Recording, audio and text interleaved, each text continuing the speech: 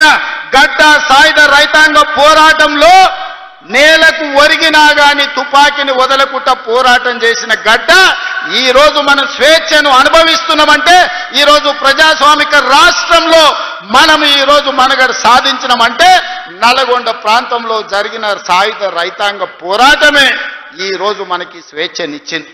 ఆనాటి సాయుధ రైతాంగ పోరాటాన్ని నిర్మించిన నల్గొండ జిల్లా ఈ రోజు చైతన్యం కోల్పోయింది అనుకుంటున్నారా, లేకపోతే నల్గొండ జిల్లాకు కావాల్సిన ప్రాజెక్టులను సాధించుకోలేరు అనుకుంటున్నారా గత పాలకులు అని చెప్పి నేను సందర్భంగా అడగదలుచుకున్నాను.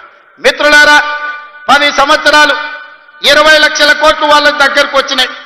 20 లక్షల కోట్ల రూపాయలు వాళ్ళ జేబుల్లో ఉంటే 2000 కోట్లతోని ఎస్ఎల్బీసీని ఎందుకు పూర్తి చేయలేదో అడగండి.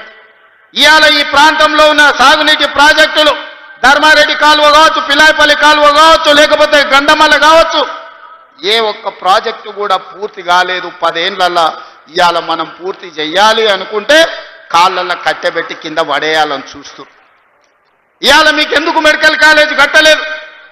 ఇవాళ యాదగిరి గుట్ట మీద కాంట్రాక్టులు ఇచ్చి ఎవరికి మెక్కినరో ఇవాళ మీకు అందరికీ తెలుసు.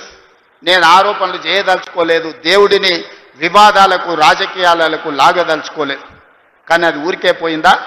యాదగిరిగుట్ట లక్ష్మీ నరసింహస్వామి దగ్గర జరిగిన అపచారానికి మూల్యం చెల్లించలేదా?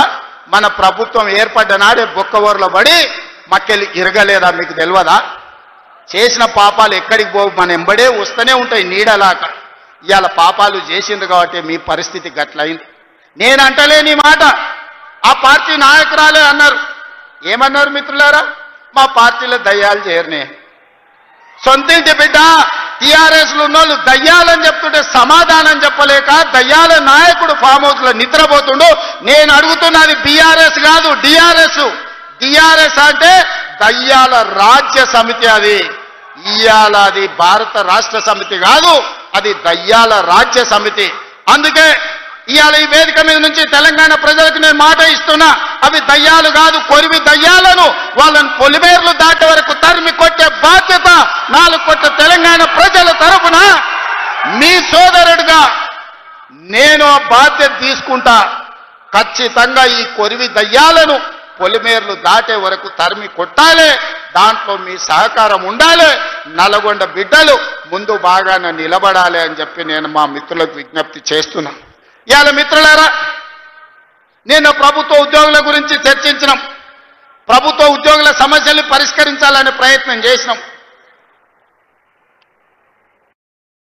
వాళ్ళ డిఏల సంగతి, వాళ్ళ సమస్యల సంగతి మా బట్టి విక్రమార్క గారు, మా నాయకులు శ్రీధర్ బాబు గారు అందరు చర్చించి ఒక కొలిక్కు పట్టుకొచ్చినాం.